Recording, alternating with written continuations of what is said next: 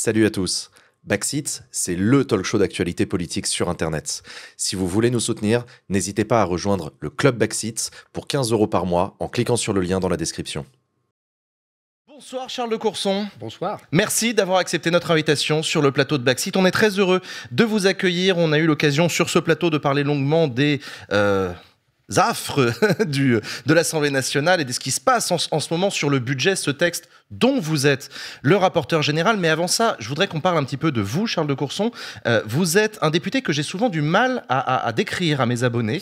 Vous êtes un député, comment vous définissez-vous? Est-ce que vous êtes centriste? Est-ce que vous êtes un homme de droite, conservateur? Est-ce que vous êtes économe? Vous êtes quoi, Charles de Courson? Je suis tout d'abord un homme libre. Ça, Voilà. c'est vrai, on ne peut pas vous l'enlever. Voilà. Et celui qui doit me dire, qui me donnera l'ordre de voter dans tel ou tel sens, il n'est pas né. Voilà. Donc, première caractéristique. J'ai horreur des bœufs. Vous n'en êtes pas un. Vous savez ce que sont que les bœufs? Animal ayant bœuf. perdu ses attributs et fier de les avoir perdus. Or, pendant des années, il y avait une majorité, une opposition. Oui. Quand vous étiez dans la majorité, vous deviez voter tout, y compris les imbécilités. Et quand vous étiez dans l'opposition, vous votiez tout contre, y compris ce qui va dans la bonne direction. Alors, il faut que vous parliez bien dans le micro, monsieur Oui, de Courson, s'il comme vous ça. plaît. Effectivement, on vous a vu devenir héros de la gauche lorsque vous avez déposé et défendu une motion de censure contre un gouvernement qui mettait en place la réforme des retraites. Et puis, aujourd'hui, beaucoup de gens de gauche vous découvrent rapporteur général du budget, pas toujours de gauche, sur les Ah non. amendements que vous acceptez ou pas, Non. les dépenses publiques, les déficits, vous y êtes très attentif. Oui, parce que les déficits d'aujourd'hui, ce sont les impôts de demain. Ou les économies pour les courageux d'après-demain. Ou les investissements d'aujourd'hui. Non, parce que, hélas, on fait 150, 160 milliards de déficit et il y en a 105, 110 sur le seul budget de fonctionnement. Grosso modo, il faudrait augmenter de à peu près un tiers tous les impôts pour remettre à l'équilibre de fonctionnement le budget de l'État. Il n'y a plus d'investissement. Vous voyez, il y a 500 milliards, grosso modo. Le budget de fonctionnement de l'État, c'est 500 milliards. Et il y a à peine 40 milliards d'investissements, dont la moitié sont les investissements d'armement, de la défense. Voilà, donc La moitié des investissements, les de investissements l'État, c'est pour civils, l'armement. Oui. voilà, donc c'est plus rien. Vous comprenez pourquoi, quand vous êtes sur des routes nationales, il y a des trous et des panneaux partout, trous en formation, que les bâtiments publics sont mal entretenus, les infrastructures routières nationales aussi, et on pourrait multiplier cela. C'est intéressant parce que vous avez rappelé vous-même le temps peut-être révolu où il y avait une majorité, une opposition à l'Assemblée nationale où les choses étaient assez faciles à lire finalement. Je parle de temps révolu puisque depuis 2022 et encore plus depuis juin dernier, nous avons une Assemblée nationale éclatée, 11 groupes, une majorité qu'on commence à avoir du mal à appeler majorité gouvernementale. Qui soutient le gouvernement. Ne parlez pas de majorité, parlez de minorité gouvernementale. Ils ont 220 députés qui les soutiennent, oui, ce la qui est une majorité relative. Non, il n'y a pas de majorité relative. Ah, si. La majorité absolue, c'est 289. Mais il n'y a aucune coalition, quoi que ce soit. Personne ne soutient ce gouvernement. Alors, Y c'était la compris- question que j'allais vous poser, Charles de Courson. Y compris dans ceux qui sont censés le soutenir. Oui, ça, c'est vous voyez, ça vote dans tous les sens. Vous voyez, on n'a jamais vu ça. C'est pour ça qu'on est content de vous avoir sur ce plateau ce soir pour essayer de comprendre un petit peu, parce que vous le dites vous-même, ça vote dans tous les sens. C'est complexe ce débat sur le budget cette année. D'habitude, on a un gouvernement qui défend ses options et une assemblée qui finit par la voter en discutant un petit peu. Là, c'est un peu n'importe quoi. Ce à quoi on assiste à l'Assemblée. Les amendements tombent, pleuvent, sont adoptés les uns après les autres. C'est même pire que ça, parce que tout le monde sait que on votera contre la première partie, c'est la partie recette du budget. Même chose sur la loi de financement de la sécurité sociale. Et si on vote contre, le texte est transmis en l'état au Sénat. On n'attaque pas la partie dépenses. Et donc, si vous voulez, ça pousse à une certaine irresponsabilité. Puisque les gens se disent, de toute façon, on se fait plaisir, quoi. Voilà. Alors, on a eu les amendements croquettes. Vous savez, on voulait baisser le taux de TVA sur les chiens. On voulait baisser la TVA sur les dépenses de castration des chats. Alors, j'ai dit les chiens. Il ne faut pas oublier les chiens aussi. Vous voyez? Non, mais il y a un moment, si vous voulez... Donc ça devient risible selon ça devenait... voilà. Et je pense personnellement que la démocratie parlementaire ne sortira pas grandie de ce qui se passe. J'ajoute que le volet recettes, s'il est rejeté, on ne discute même pas du volet dépenses. Non, le texte est transmis immédiatement au Sénat dans sa version initiale. La version du gouvernement. C'est-à-dire tout ce qu'on a voté, y compris avec l'accord du gouvernement dans certains cas, tout ça est balayé. Nous, on imaginait tout à l'heure sur ce plateau la possibilité que le gouvernement déclenche le 49-3, comme le faisait Elisabeth Borne, finalement. Mais non, il est beaucoup plus habile qu'Elisabeth. Bon, c'est méchant. Mais si, puisque la position du Premier ministre consiste à dire qu'il faut laisser les parlementaires discuter. Il sait pertinemment ce qui va se passer. C'est-à-dire qu'on votera contre. Ça sera probablement lundi pour la loi de financement de la sécurité sociale et jeudi ou vendredi de la semaine prochaine pour la loi de finances initiale. Et donc c'est le Sénat qui examinera le texte dans sa version initiale. Et donc on a une espèce d'inversion des institutions démocratiques. Je le rappelle que le Sénat qui va faire le Sénat représente les collectivités territoriales et l'Assemblée nationale le peuple français. C'est pour ça que c'est l'Assemblée nationale qui a toujours le dernier mot. Donc c'est eux qui vont faire un budget. Ils vont faire un budget. Ouais, ils vont un peu modifier ce que propose le gouvernement. Après commission mixte paritaire, alors là c'est aussi rock'n'roll, puisque il y a 7 députés, 7 sénateurs. Mais à l'Assemblée nationale, on s'est mis d'accord, il y a 6 députés titulaires, on est 7 fixes, et il y a un pas variable. Le 7e est variable entre 3 groupes, dont certains sont dans la minorité gouvernementale et les autres dans l'opposition. Alors vous voyez, ça va donner des résultats. Personne ne peut dire ce qui va en sortir de la commission mixte paritaire. J'ai du mal à comprendre si vous en voulez plus au gouvernement ou à vos collègues députés. J'ai l'impression que vous déplorez la situation, mais à qui vous en voulez? Ah ben attendez, si on est dans cette situation, c'est parce que le président de la République a dissous. S'il pensait que entre le moment où la minorité, c'était déjà minoritaire présidentielle, a eu un brillant résultat aux élections européennes, puisqu'ils ont fait un peu plus de 20% des voix, qu'un mois plus tard, le peuple français allait changer son opinion. Enfin, il n'y a pas besoin d'être un grand clerc pour savoir que le peuple français ne pouvait qu'amplifier. Et encore, la moitié, ils sont revenus à 160, et la moitié ont été élus parce que la gauche a été pris de peur et a fait voter pour eux. Quand vous pensez que la France insoumise a fait voter pour Elisabeth Borne, c'est quand même prodigieux. Ça vous a surpris, ce front républicain Oui, parce que pour moi, il n'y avait pas de danger du Rassemblement national. Ah bon? Ils auraient pu revenir peut-être à 200, mais ils étaient très loin des 289, si vous voulez.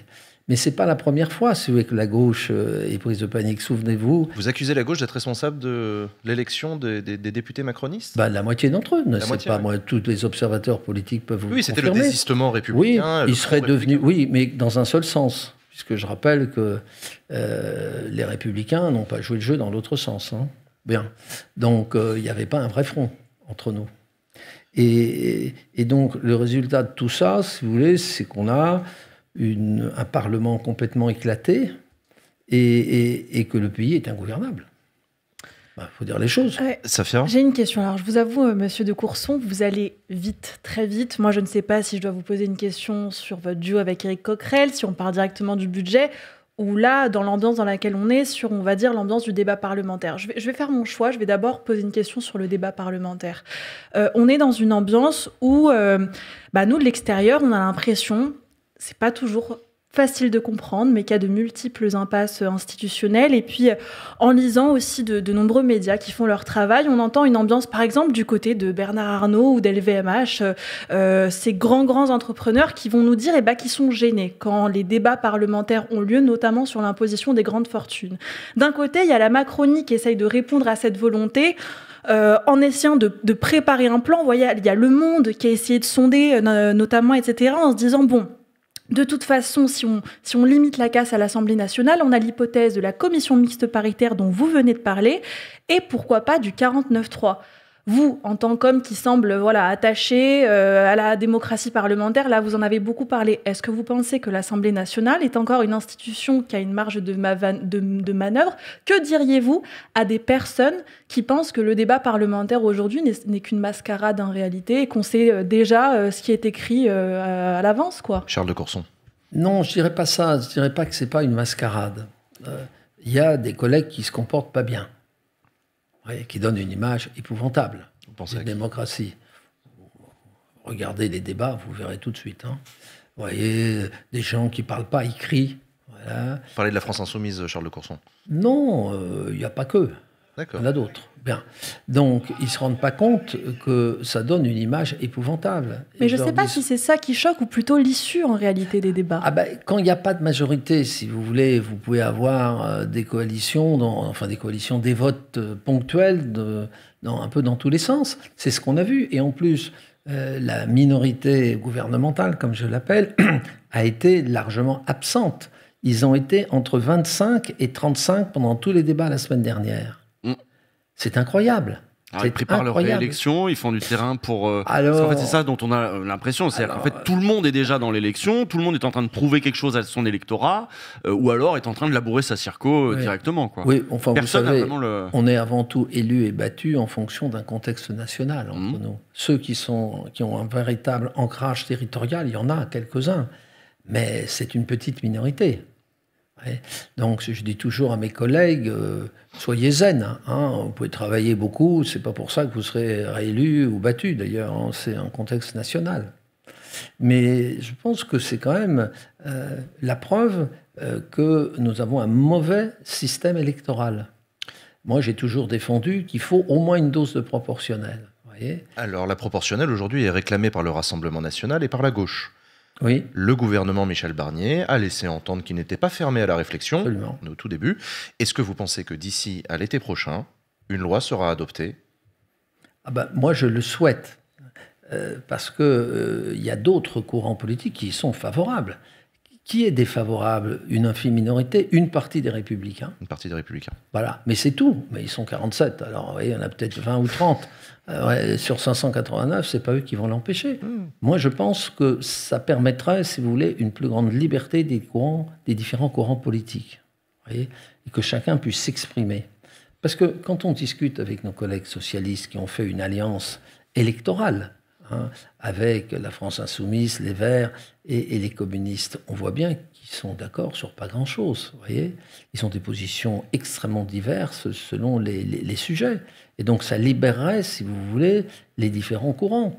Et Alors, je vous rejoins sur le fait que s'il y a une proportionnelle, la gauche n'a plus besoin de faire alliance. En tout cas, ça dépend de la modalité de proportionnelle. Hein, Oui. D'accord. Mais le système qui est le plus poussé, d'ailleurs même la présidente de l'Assemblée nationale y est favorable, ça serait ce qu'on appelle la proportionnelle départementale dans les grands départements. Alors elle demandait la proportionnelle départementale dans tous les départements de plus 11 députés. Parce que ça fait quand même déjà presque un bon tiers, je crois, de mémoire. Mais on peut discuter 11, 9, 8, enfin quelque part par là. C'est vrai que ça n'a pas grand sens de faire une proportionnelle quand vous avez 2 ou 3 députés dans un département. Je précise que c'est le Sénat qui a des modes d'élection relativement similaires en fonction Oui, des départements. On fait une proportionnelle ou un Oui. scrutin À majoritaire. partir de 3 sénateurs, il y a une proportionnelle. Mais ma question revient à celle que je vous avais posée un peu plus tôt. Vous serez candidat sur quelle liste? Sur quelle... S'il y avait une proportionnelle, Ouais, s'il y a une proportionnelle, vous êtes ah avec ben, qui? si mon département, on a 5 députés. Donc, à moins qu'on descende à 5, et en 5, je ferai une liste. Vous ferez une liste, la vôtre, Bien sûr. indépendante Oui, D'accord. avec les modérés. Voilà. De droite et de gauche? Bon, pourquoi pas, si, vous savez... Oui, vous vouliez être avec les socialistes. Ah bah, eux, ils feront probablement une liste eux-mêmes. Hein, une liste eux-mêmes. Dans les grands départements, si vous voulez, on ramasse plus de voix par la diversité des listes, on l'a vu aux européennes, que sur une liste unique. La liste unique, elle est intéressante quand vous avez un deuxième tour pour essayer de bloquer les voix, quoi, et d'avoir une dynamique. Ouais. Mais s'il y a un scrutin proportionnel, au moins dans les départements, la proportionnelle, ça libérerait les choses et je pense que ça permettrait d'obliger les courants politiques à des compromis, à une coalition pour gouverner ce pays. Je reviens sur votre rôle à l'Assemblée nationale. En ce moment, vous êtes le rapporteur général de la loi de finances. Et je me demande si votre boulot n'est pas rendu impossible par la configuration de l'Assemblée. Vous êtes le responsable de la cohérence d'un texte qui n'a plus de cohérence dès lors que les députés adoptent à peu près tout et n'importe quoi comme amendement. Alors, ce n'est pas du tout le rôle du rapporteur général. La cohérence du texte, Le rapporteur général, non, c'est au gouvernement. On peut espérer que son texte a une certaine cohérence et après de le défendre.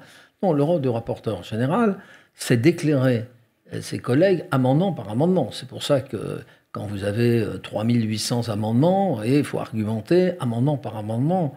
Et vous êtes vissé à votre banquette de 9h le matin jusqu'à minuit. Et on vous donne la parole sur chaque amendement. Chaque pour avoir amendement, votre il faut avis. donner sa position pour contre ou sagesse, vous voyez, et d'expliquer pourquoi. Vous voyez. Et moi, j'aime bien expliquer pourquoi j'ai une position favorable ou défavorable.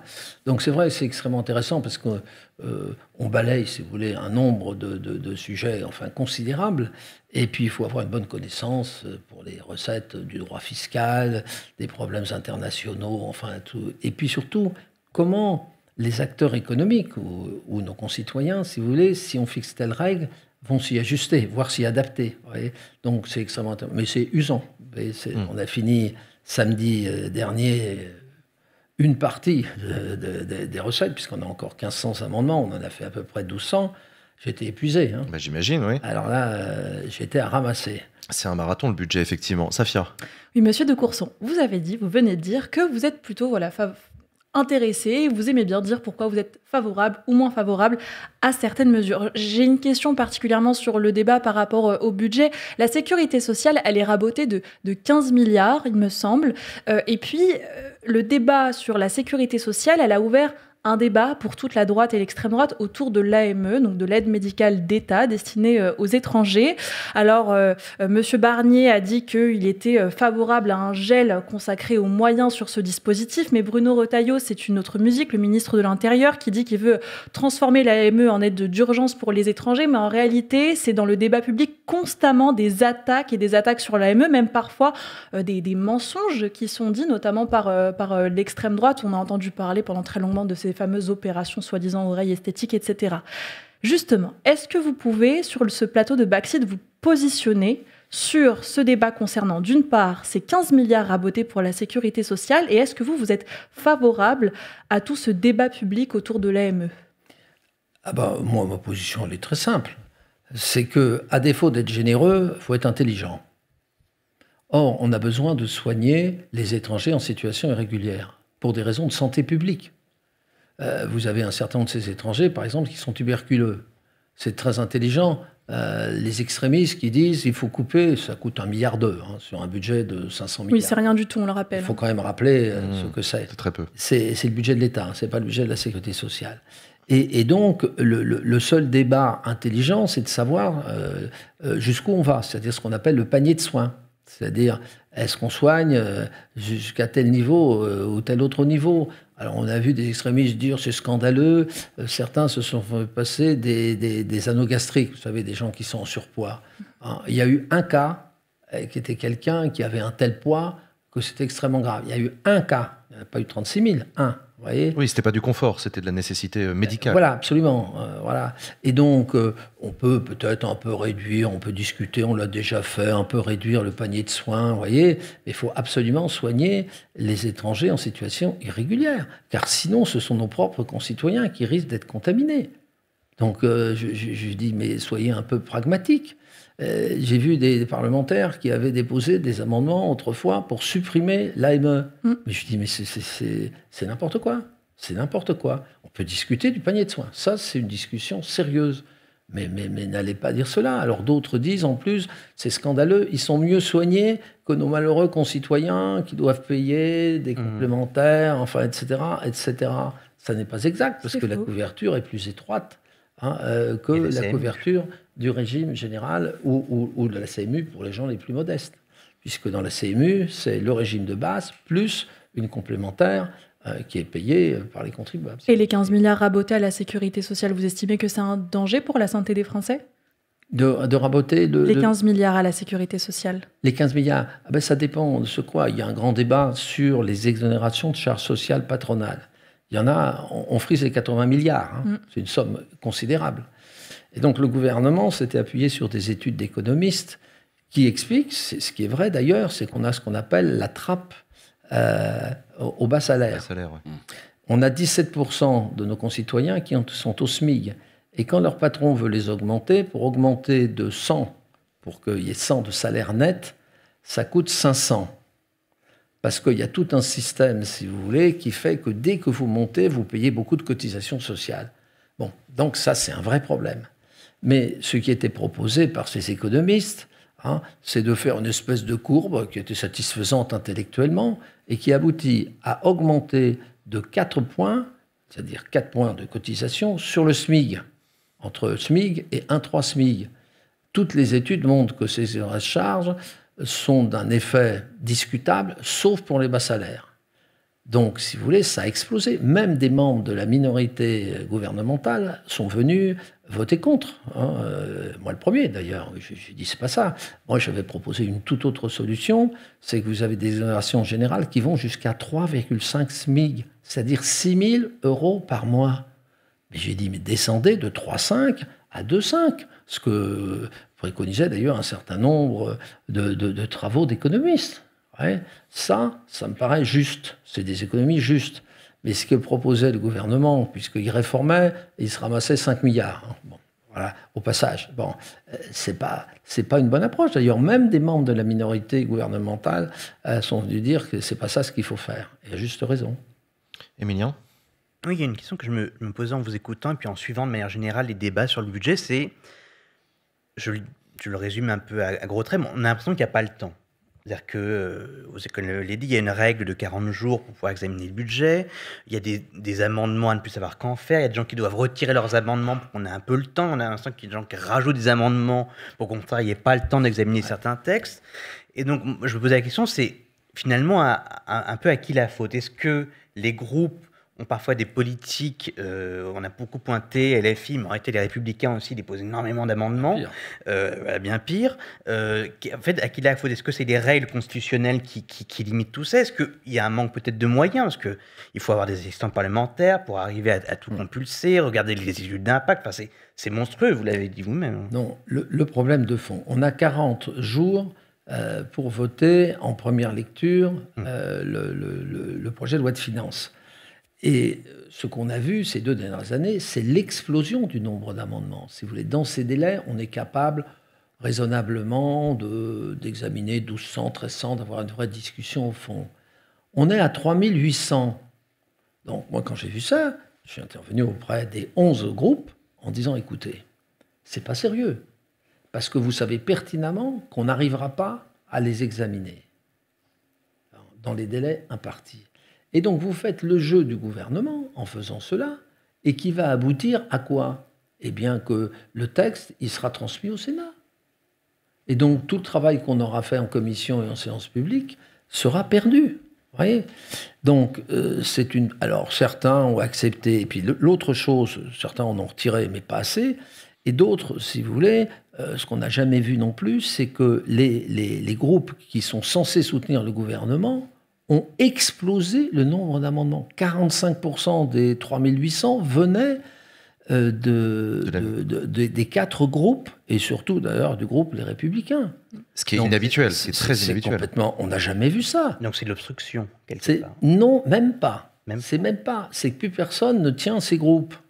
Alors quand on a demandé à tous les responsables, ça s'appelle les whips, il y a un responsable par groupe, en disant essayez de retirer des amendements proches les uns des autres pour qu'on se concentre sur les amendements. Certains ont fait un effort, mais d'autres n'ont fait aucun effort. Et notamment chez les Républicains, c'est Mme Joubalji qui est leur whip, comme on dit.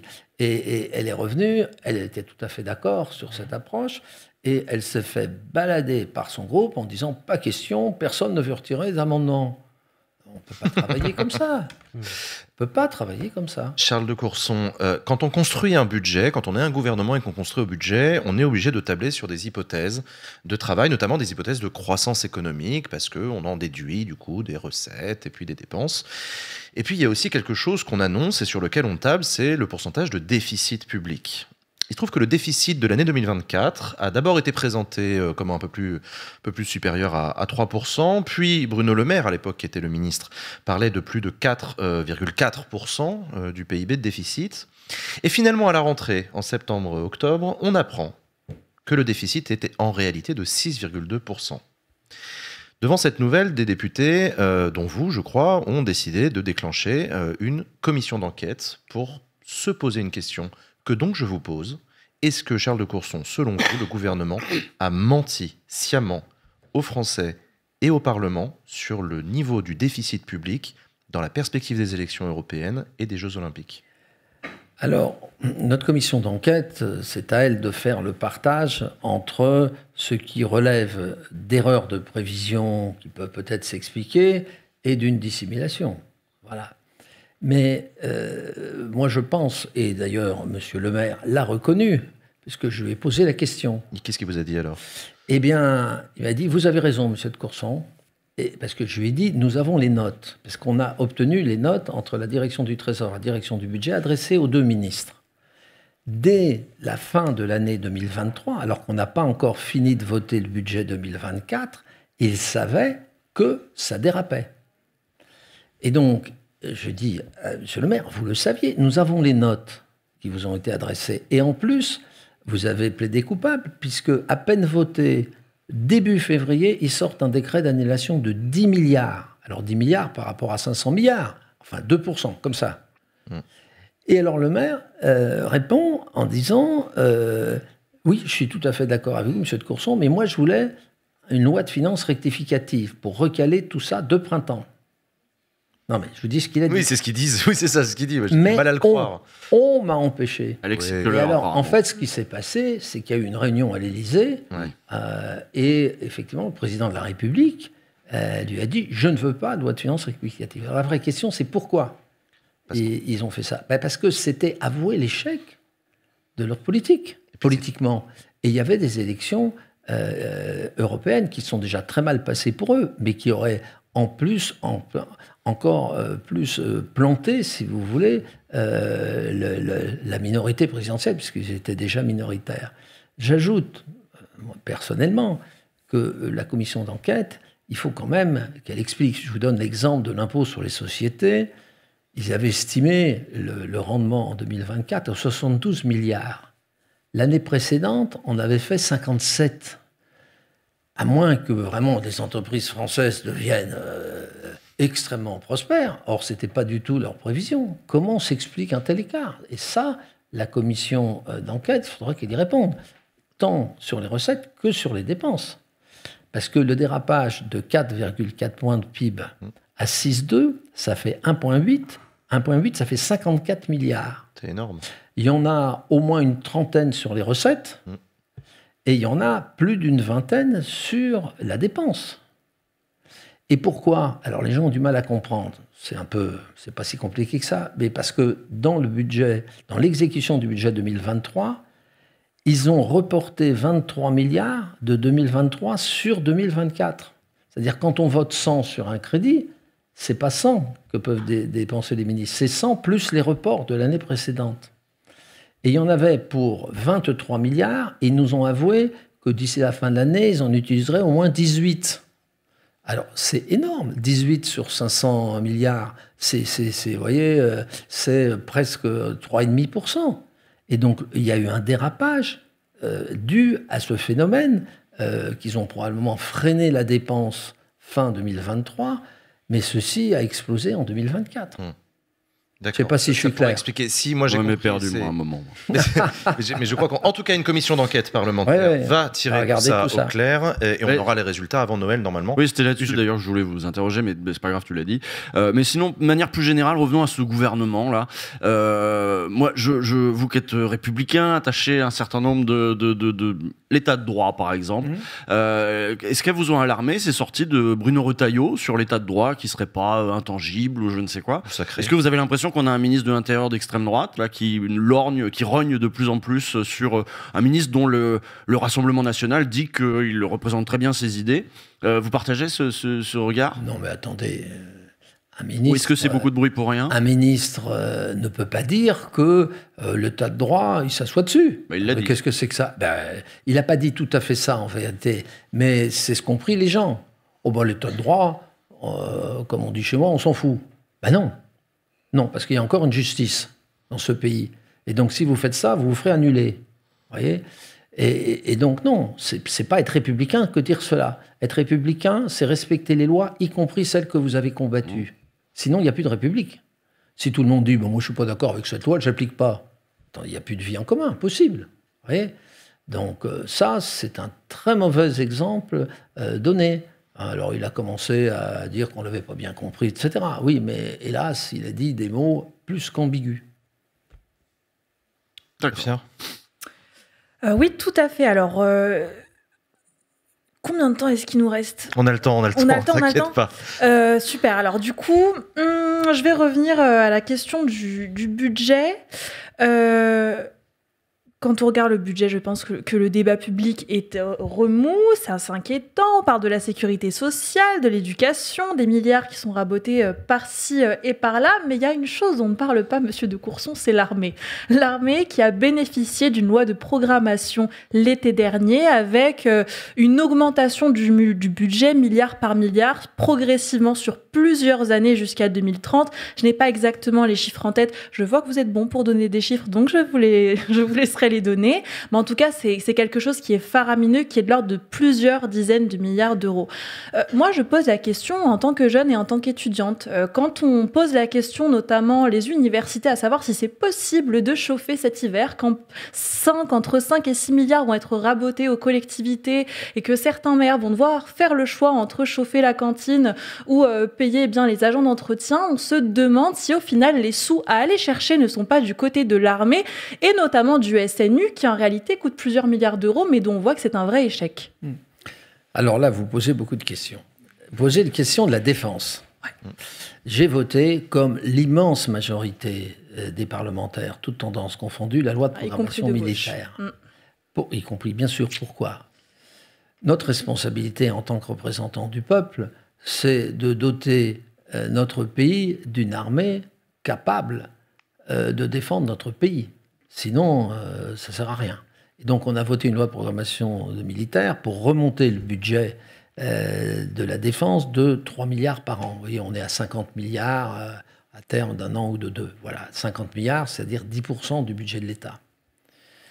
Moi, j'y suis favorable. Et pas simplement parce que je suis un ancien officier de réserve, certes, mais parce qu'on est dans un monde de plus en plus dangereux. Mais par contre, on se prépare à la guerre. Vous voyez, qu'est-ce qui se passe ? Que les Américains vont nous lâcher. Alors, c'est une hypothèse. Ouais. Si vous voulez, quand vous voyez que la construction de l'Union européenne a maintenu la paix en Europe de l'Ouest, ça n'était jamais arrivé depuis des siècles et des siècles. Il y a eu des guerres permanentes au sein de l'Europe. Eh bien, l'Union européenne, elle a permis de lier les uns aux autres et de maintenir la paix. Mais le régime russe, qui est un régime impérialiste, d'ailleurs il ne s'en cache pas, il le dit, M. Poutine dit qu'il veut reconstituer l'ancien empire tsariste. Non mais attendez, vous êtes pris de vertige. L'ancien empire tsariste, c'était y compris la Pologne, puisqu'il n'y avait pas de Pologne. Oui, enfin, il y a des États qui ne le disent pas, mais qui sont impérialistes aussi. Oui, d'accord. Mais c'est comme si Napoléon, c'est un danger public. Macron faisait un hommage à Napoléon, quoi. Et tout le monde, parmi les diplomates européens, était persuadé qu'il n'oserait pas attaquer l'Ukraine. Il l'a attaqué, voyez. Et donc, il faut se défendre. Non seulement il faut soutenir l'Ukraine, mais il faut aussi avoir les moyens de les soutenir, vous voyez, les moyens militaires. Si je peux me permettre, ça dépasse l'Ukraine en réalité. Il y a des analyses qui disent qu'avant la Première Guerre mondiale, on avait la poudrière des Balkans. Là, on a possiblement la poudrière du Moyen-Orient. Est-ce que vous pensez qu'on est dans une telle situation ? Oui, alors le Moyen-Orient, c'est un tout autre problème, parce que l'Ukraine, c'est à nos portes. Si Poutine l'emporte en Ukraine, c'est une catastrophe pour toute l'Europe, parce que ça sera que le début du commencement. Vous voyez ? Donc, il faut absolument soutenir le peuple ukrainien, qui a le courage de se défendre. Et on l'a vu d'ailleurs, les Français ont eu beaucoup de mal à livrer du matériel, même à l'armée, parce qu'on n'avait plus de stock. On n'avait plus de stock de munitions. Les chefs d'état-major nous disaient, si on a ce qu'on appelle une guerre de haute intensité, du type de ce qu'on voit en Ukraine, on n'avait pas 15 jours de réserve de munitions. C'est ça la réalité. C'est une guerre entre puissances qui se prépare ? Pas forcément. Premièrement, l'Ukraine n'a pas perdu la guerre. Le président Poutine est quand même dans une situation difficile, y compris à l'intérieur de la Russie. Et encore une fois, ça tient au soutien américain aussi, qui pourrait se retourner en cas de victoire de Trump, qui a promis qu'il ferait signer une paix. Vous avez raison, c'est qu'une partie de l'opinion l'Europe toute seule peut pas soutenir américaine dit, ça fait depuis 1945 qu'on protège, on a protégé les pays qui n'avaient pas été mis sous la férule du régime soviétique, Mais le régime soviétique s'est effondré en 89. Donc certains ont dit on est dans une paix éternelle en Europe. Donc on peut désarmer. Hein. Les Allemands avaient une bonne armée. Elle s'est complètement détériorée. L'armée allemande, entre nous, était plus capable. Donc les différents partis, tous partis confondus, ont fait la même chose en disant il faut vraiment qu'on réarme la Bundeswehr, Scholz qui l'a soit fait, capable de se battre. Vous voyez, et tous les pays d'Europe l'ont fait, y compris les plus petits. Est-ce qu'il faudrait qu'on retrouve une culture de guerre, c'est-à-dire revenir, par exemple, au service militaire, des choses comme ça, pour se préparer à ce monde-là? Non, moi je ne pense pas, parce que la technicisation, si vous voulez, des armées fait que vous ne pouvez pas lever aujourd'hui des centaines de milliers d'hommes parmi les jeunes hommes. En Ukraine, il y a des drones, il y a de l'IA et des drones, oui, mais il y a oui, des mais hommes. on voit bien que ce qui se passe sur ce front, c'est que c'est vrai aussi du côté russe. Hein, ils ont eu de telles pertes qu'ils élèvent des gens qui sont absolument pas formés, si vous voulez. Et donc c'est un massacre. Ouais, là, c'est très compliqué. Je reviens sur la question qu'a posée... Le Moyen-Orient, si vous voulez, le Moyen-Orient n'est pas un danger pour les pays d'Europe au sens où les guerres perpétuelles dans ces pays du Proche-Orient, surtout, si vous voulez, on a quand même une certaine responsabilité les uns et les autres à l'égard de ces peuples, et en particulier du problème palestinien, qui n'est pas résolu depuis 1947. Il faut dire que c'est un danger dans l'image que peut avoir après l'Union européenne ou les pays de l'Union européenne en continuant de soutenir ce qui est en train de se passer là-bas, même dans nos rapports avec les autres pays. Oui, moi, vous savez, je suis allé 2 fois dans ma vie, enfin plusieurs fois, même 2 fois en Israël, je suis allé en Syrie, au Liban, en Égypte. Ouais.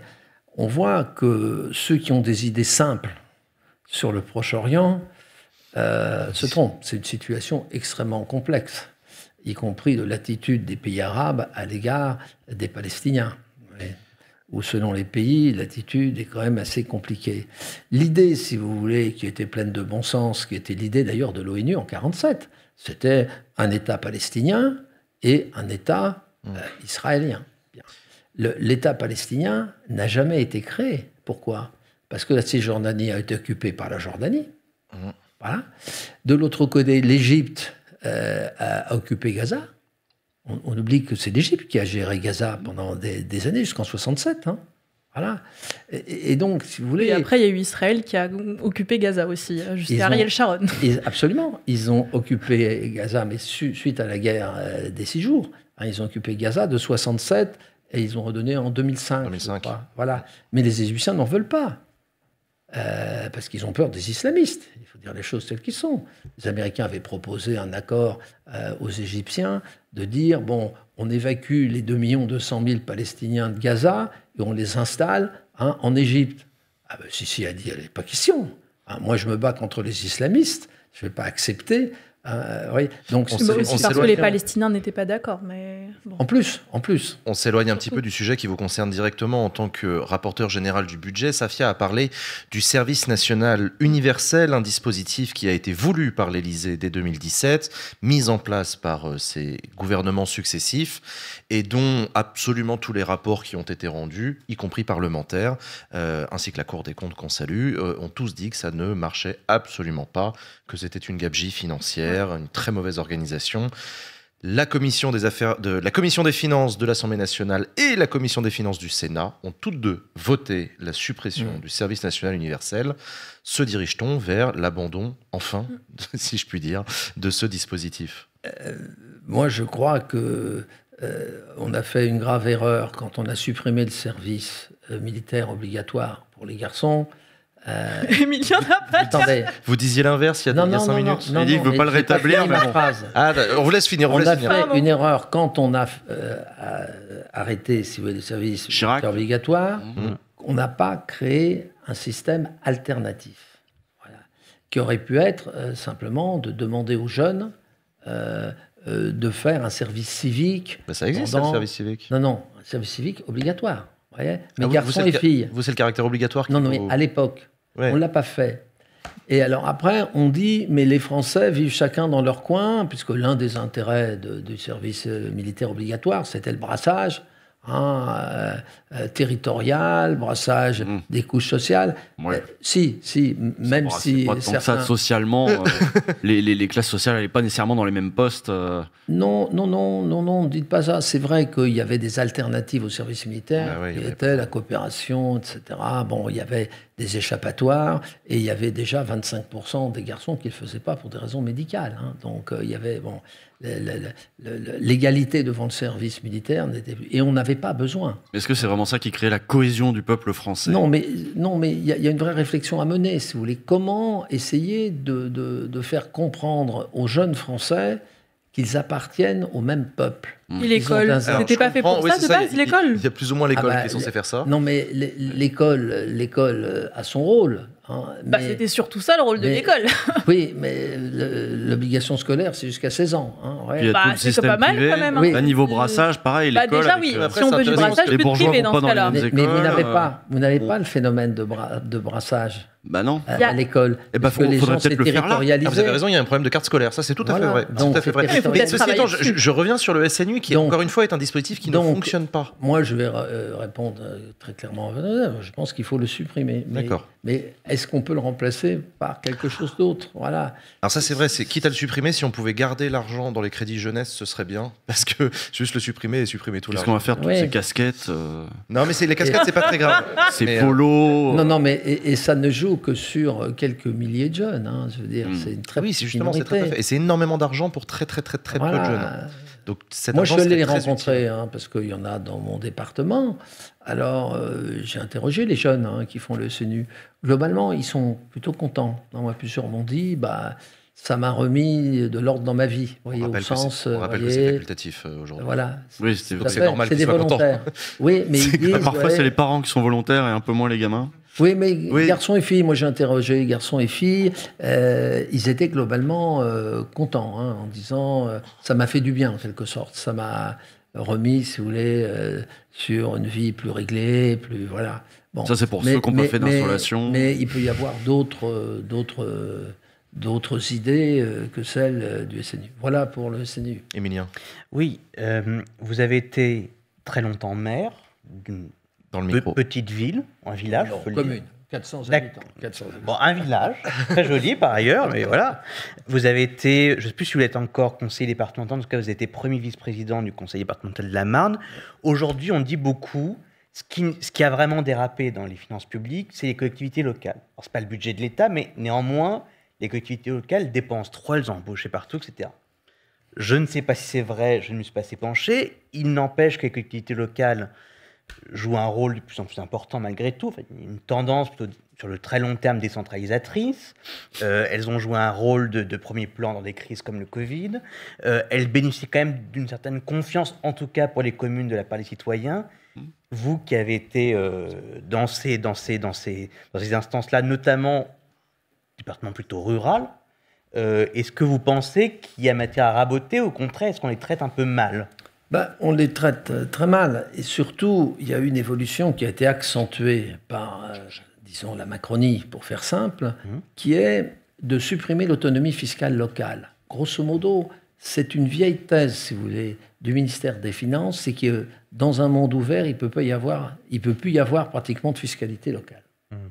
Et donc, ils ont démantelé tout, ils ont supprimé la taxe d'habitation, sauf le résidence secondaire, Epsilon. Et donc, en faisant cela, ils ont coupé le lien entre le citoyen contribuable et le citoyen électeur. Et ils étaient en train de démanteler le lien entre les entreprises et les collectivités Via la locales. CVAE. Via la suppression de la CVAE, qui était en route. Voilà. On a déjà supprimé à peu près 60% pour donner des ordres de grandeur. Et donc, ça, pour moi, c'est un crime contre la démocratie locale. Et quand on dit que les collectivités locales, puisqu'il y a un ministre qui a sorti ça, que le dérapage des finances publiques, c'était lié aux collectivités locales. Il nous a dit, d'ailleurs, ils ont dérapé de 16 milliards. Alors, naturellement, par rapport à quoi? Par rapport à des hypothèses qui avaient fait qui étaient complètement irréalistes. Vous voyez, dans le genre, les dépenses de fonctionnement des collectivités territoriales ne doivent pas augmenter de plus 8%. Pourquoi 8%? Pendant ce temps-là, on prend des décisions sur la valeur du point, c'est-à-dire la masse salariale, etc. Donc c'est totalement intenable. Moi, j'ai refait les calculs. en fonction des dernières informations, on n'est plus à 16, on est à 10. Et par rapport à des hypothèses réalistes, on est à 4-5 milliards. Donc, si vous voulez, c'est un rôle tout à fait subsidiaire, peut-être 10%. Voilà, mais 90%, c'est État, sécurité sociale. Ce n'est pas les collectivités locales. J'ajoute en plus que les collectivités locales, elles équilibrent leur budget de fonctionnement. Et dégagent même un excédent. C'est ce qu'on appelle la règle d'or. C'est une obligation, j'ai souvent rêvé, j'ai essayé d'ailleurs... Après, il y a l'investissement. ...d'imposer... Voilà. Vous avez essayé d'imposer au niveau national, je crois? Oui, et j'ai jamais réussi. Mais non. Oh, je pense pas. François Bayrou avait essayé aussi, pas réussi non plus. Par une alliance d'ailleurs entre la gauche et la droite. La droite disant, tu nous enquiquines avec ton règle d'or, ça va nous obliger à serrer les boulons, etc. Et la gauche disant, bah ouais, mais il faut quand même qu'on puisse avoir un peu d'aisance, quoi, puisque on finance tout ça à crédit, on verra plus tard. Bon, ouais. Et ben, résultat, moi j'ai dit, mes chers collègues, très bien, mais vous amenez le pays dans le mur. Et le jour où ça sera dans le mur, il faudra à coup de hache réduire. Pourquoi ? Parce que vous financez à crédit, mais vous supposez qu'indéfiniment, les prêteurs de la France, dont la moitié sont étrangers, vont continuer à le faire. Ils vont nous faire payer avec des taux d'intérêt croissants. C'est ce qui est en train de commencer. Ça dépend. Et vous allez être étranglés. Alors, toujours pour rester sur les communes, là il y a une petite musique aussi qui est en train de monter, c'est qu'il serait pas mal pour que les députés aient un lien avec leur territoire, qu'on revienne aux députés maires, quoi, qu'on oublie un peu ce truc de ce non-cumul des mandats, donc qui vous avait fait choisir entre votre poste de député et votre poste de maire. C'est quelque chose qui irait dans le bon sens ou c'est revenir en arrière vraiment Oui, quand on a voté, si vous voulez, la loi anti-cumul, c'est-à-dire vous ne pouvez pas être dans un exécutif local. C'est pas être élu local. Moi, je suis encore conseiller municipal de ma commune et je suis toujours conseiller général, mais de base, comme on dit. Et moi, j'ai dit aux collègues, écoutez, pourquoi vous voulez instaurer le cumul ? Parce que vous ne pouvez pas faire correctement votre boulot de député ou de sénateur et être maire d'une grande ville, ou d'un département, etc. Ça vous prend un temps considérable. Donc, vous ferez bien l'un et pas l'autre, réciproquement. Donc, moi, j'étais pour, et j'ai voté pour. Mais moi, j'avais dit, mes chers collègues, il faudrait au moins qu'on mette un seuil. Un seuil, peut-être à 1000, 2000, 3000. Mais, pour être maire d'une petite ville, peut-être Oui, enfin, habitants, oui. Un seuil par habitant. Parce que l'intérêt d'être aussi élu territorial, c'est que vous êtes dans un territoire et que vous avez le retour des concitoyens. Vous avez un ancrage, voyez, et on le voit dans nos jeunes collègues qui n'ont jamais été même conseiller municipal, maire, enfin, etc. On voit que sur certains textes, ils n'ont pas la réaction en disant mais ça c'est pas possible. Vous seriez pour un assouplissement de l'interdiction du... Oui, de mettre un seuil. Si je puis me permettre, mais c'est vous qui savez, donc c'est vous qui me direz, mais même quand on est maire d'une petite ville, d'une petite commune, ça peut prendre un temps énorme. Enfin, parce que du coup, vous êtes amené à gérer des problèmes qui ne sont pas toujours du ressort du maire, mais qui sont un peu du ressort du quotidien. Et par ailleurs, parlementaire, c'est un boulot où en fait, vous ne pouvez pas faire le tiers de ce que théoriquement vous devriez faire, d'examiner tous les textes. Oui. Sachant que par ailleurs, certains contournent l'interdiction en ayant des missions spéciales.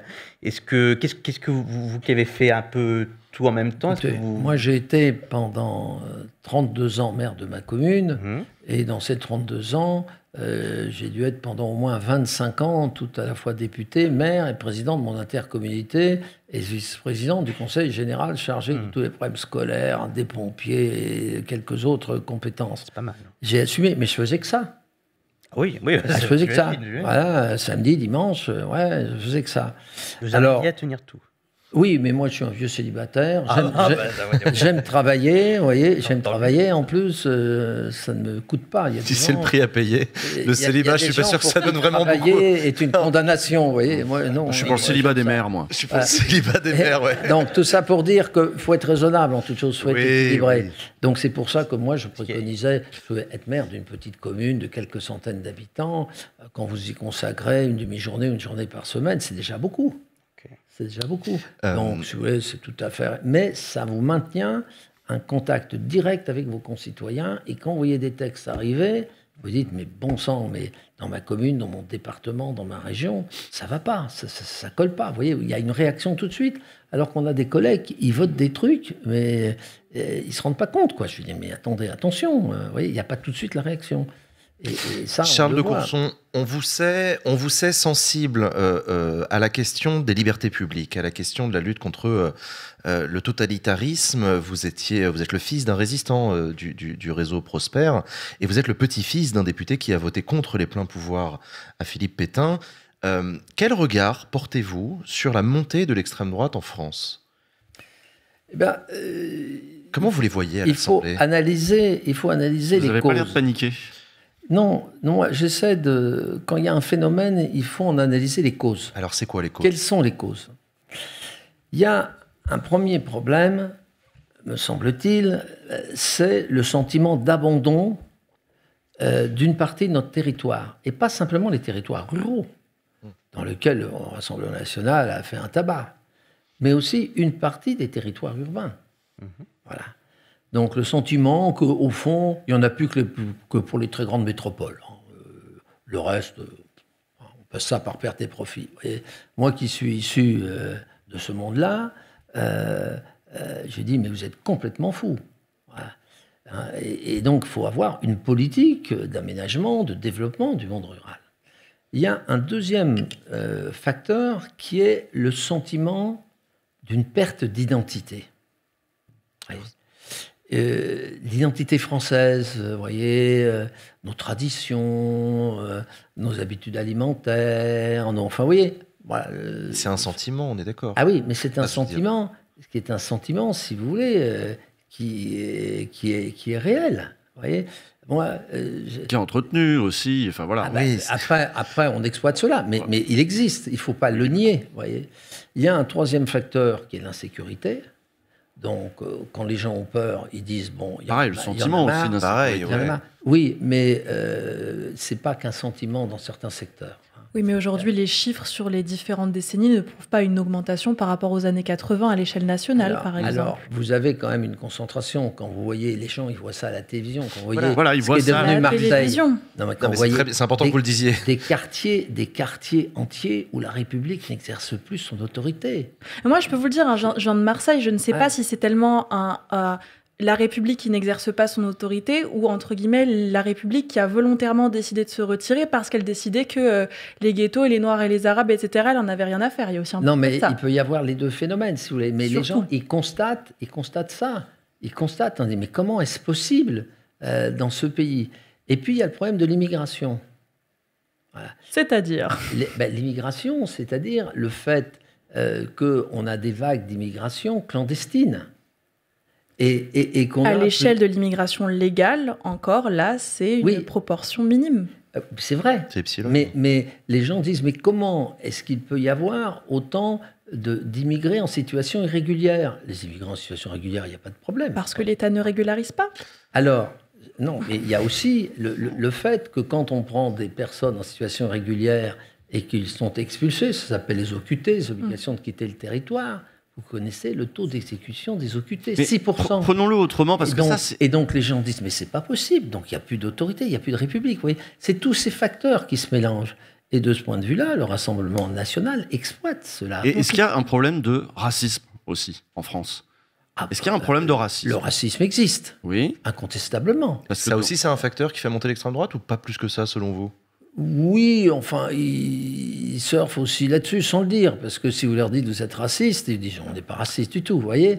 Et- Comment ils le on pourrait disent plus. lutter C'est- contre le racisme? Est-ce qu'il faut lutter contre le racisme? Est-ce que vous voyez qui que ce soit lutter contre le racisme? Oui, si. Parce qu'on voit bien comment c'est Il y a des entretenu. associations, si vous voulez, il y a des courants politiques antiracistes. Ils ne sont pas forcément toujours très habiles, je trouve. Vous voyez, Non, mais fut un temps, il y a des politiques moi- publiques aussi moi, qui étaient quand on tournées me dit vers ça. ça, vous voyez, je dis, mais dis-moi, parmi tes grands-parents, tes arrière-grands-parents, il n'y en a pas un qui vient de l'étranger? Moi, je vais vous dire, ça marche plus depuis les années 2000, ça, monsieur. En réalité, moi, je vois bien cet Non, mais argumentaire je dis, d'aller... tu dis ça, mais Non. toi-même, tu es l'illustration. Oui, mais ça ne marche plus. Jordan Bardella, Ça sa- fait- ça sa fait mère 20 ans Les gens qu'on vont dit vous ça. dire je suis pas italienne. raciste, je suis inquiet par l'insécurité, Non, mais- par C'est l'immigration. ça, il y a une capitalisation sur des sentiments Je suis- qui sont mais créés par Je me suis des débats peut-être mal politiques. expliqué. Charles Je de veux Courson. dire de rappeler aux gens. J'ai dit un jour à un de mes adjoints qui était d'origine étrangère et qui disait il y en a marre des étrangers dans ce pays, etc. Je lui ai dit mais rappelle-moi tes origines. Nous sommes tous des immigrés. La différence, c'est qu'il y a ceux qui ont oublié depuis quand. Et il y en a qui Voilà. pensent qu'il y a des bons et des mauvais, selon certains. Bah, si vous êtes italien, c'est pas pareil, si vous diront certains. Non, Évidemment, c'était- non, mais il y a à ceux qui l'époque, sont- ça changeait rien. Ceux qui Il y a conduisent ceux les mêmes qui sont voitures. de culture Voilà. européenne et qui s'assimilent sans problème. Les Ouais, alors moi, je suis pas de Italiens- culture européenne, mais je m'assimile pas du coup. Non, non, C'est bien parce que J'ai pas dit ça. J'ai dit que c'est plus facile d'avoir une assimilation. Toutes les vagues d'immigrés. Non, je pense pas. En réalité, mes parents viennent du Maghreb. Il y a eu la colonisation française. Ça Attendez, parle français dans le attendez, Maghreb. attendez, je ne suis pas allé jusqu'au bout. Hein, les Italiens, les Belges, moi j'ai plein d'Italiens, de Belges dans ma circonscription, de deuxième, de troisième génération, c'est mélangé. c'est bien parce Problème. que Il n'y a pas de problème. Ouais, même si au début, À une époque, ça a on les coincé. appelait les Rital, les Ah trucs. bah les oui, il y a eu machins. la xénophobie. Mais ça c'est assez bien. Bon, alors c'est plus difficile sur des minorités qui ont une culture très différente. Mais c'est de quelle culture différente attendez, on parle Non, on peut pas se lancer dans ce débat Ah bon. alors qu'on parlait du budget Ouais. Non, tout mais- à l'heure. Ça nous éloigne vachement. Non, mais du budget. j'essaie de répondre Ça montre à la en tout- question pourquoi le Front National monte et fait 32% des voix actuellement. Vous voyez, moi j'ai failli être battu. Tout le monde pensait que je serais réélu triomphalement. J'ai été réélu, mais de justesse. Ouais. Et j'aurais pas eu mon ancrage tel que là. J'ai une circonscription très rurale. Le candidat du Rassemblement national était élu. D'ailleurs, c'est l'une des raisons pour lesquelles je me suis représenté à 71 ans. Voilà. Charles de Courson, c'est la dernière question, quelles sont les prochaines étapes du marathon budgétaire au Parlement?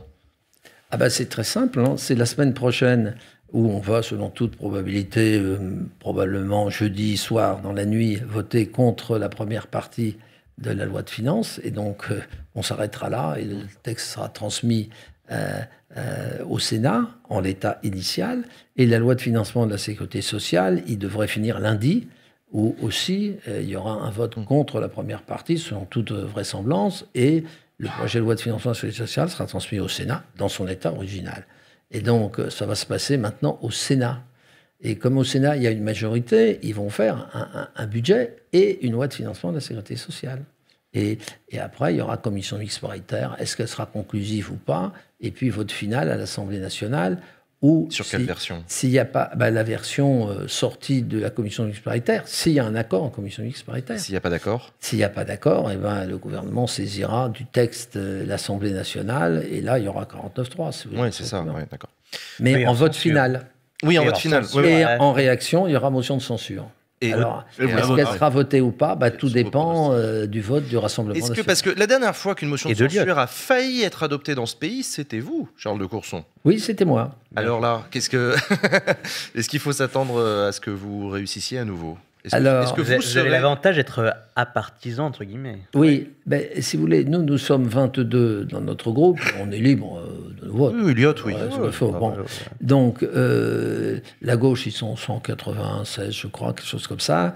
Et si vous voulez, il faut atteindre le 289. Donc, vous ne pouvez l'atteindre, c'est mécanique, que si le Rassemblement national le vote. C'est pas compliqué.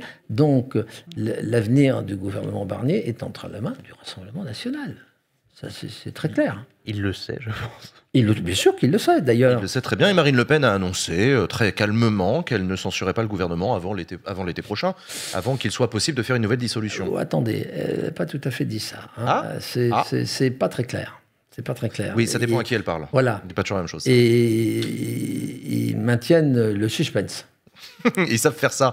Merci beaucoup, Charles de Courson, d'avoir accepté notre invitation sur le plateau de Backseat.